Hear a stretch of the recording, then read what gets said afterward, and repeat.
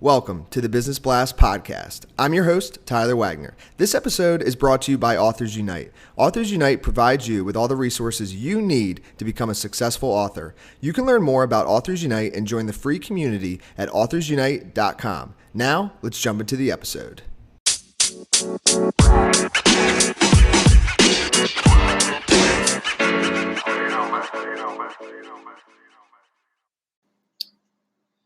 All right, everyone. Welcome back to another episode of the Business Blast podcast. I'm your host, Tyler Wagner. Today I have Ziad Tayeh with us. He is an attorney at law in Cleveland, Ohio, who runs his own practice. So welcome to the show, man. Hey, Tyler. Thank you for having me on, sir.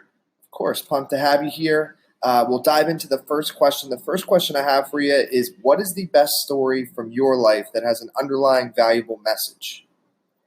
Well, good question.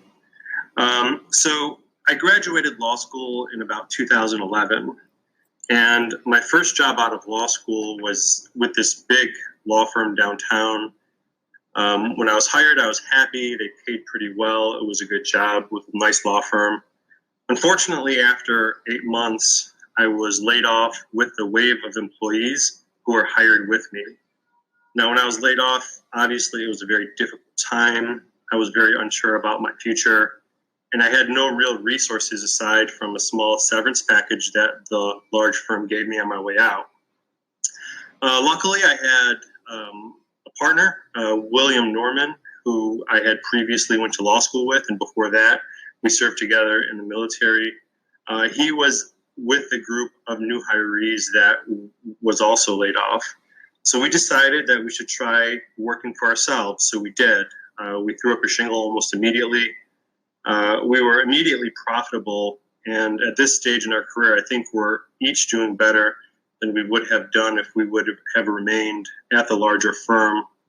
Now, Will and I recently split up, which was mostly just a business decision. We still do business together, and we're still really great friends. But the lesson I take from this is you never really know what's good for you. So I felt really hopeless at the time I was laid off. But in retrospect, that was probably the best thing that ever happened for my career. And what is the most valuable piece of information we should know that's within your expertise or industry? I would say watch out for who I like to call the ramble lawyer. Now, everyone wants an aggressive attorney, someone who's passionate and who cares about their situation. Unfortunately, a lot of people mistake aggressive for loud, obnoxious, or angry. Now, oftentimes lawyers adopt this persona as a way to distract from the fact that they're not very good lawyers. And oftentimes they turn their anger against their own clients. And people should understand that lawsuits are not a hammer. You go to court to get justice, not for revenge. Your good attorneys don't need to scream and threaten to get good results for their clients. So if you're choosing a lawyer, you want a professional who understands the law, someone who's respected by their peers in the courts, and who can win cases on their merits by putting together good legal arguments, not someone who has to scream and yell to get their way.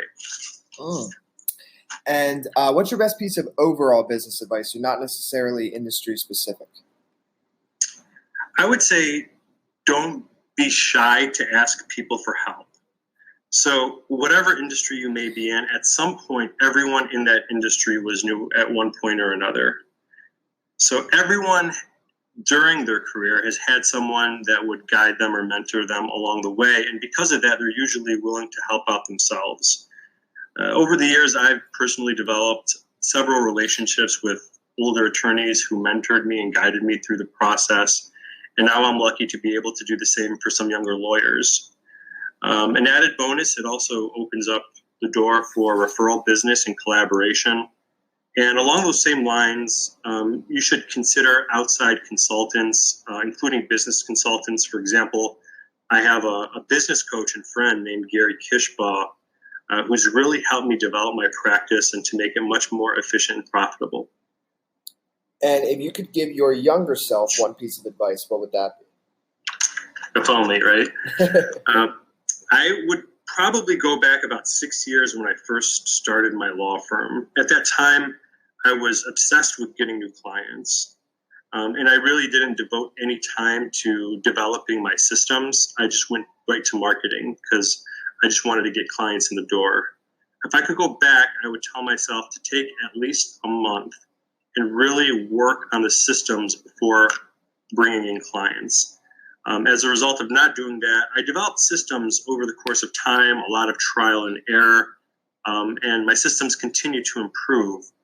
But if I would have taken the time back then, I could have saved a lot of time and effort on the way to where I'm at today. And kind of going a little different path, but in your opinion, what's the key to happiness? The key to happiness, I would say setting goals. You should write down your goals, track your goals, and work hard to achieve them. And once you achieve your goals, you should reward yourself for achieving your goals. And what's the best book that you've read, and what was the number one thing you learned from that? The best non-religious book that I've read, I would say, is the autobiography of Malcolm X. He really has an amazing story. He was an orphan. He suffered from abject poverty. He fought against a racist society and eventually members of his own community that had turned against him. He was able to overcome all odds to become one of the most influential people in American history. And if a man can overcome these odds to achieve success and to stand up for what he believes in, what's our excuse for not doing so? And what is your favorite quote and why? Okay. More of a narration than a quote, but I'm a practicing Muslim, so I'll give you one from the Prophet Muhammad. One time he was standing amongst a group of his companions, and he asked his group of companions, "Who is the strongest from amongst you?" And at that time, the companions, believing the question to be literal, they pointed at one or the other, saying, "He's the strongest," "No, he's the strongest." And the Prophet Muhammad said, "No.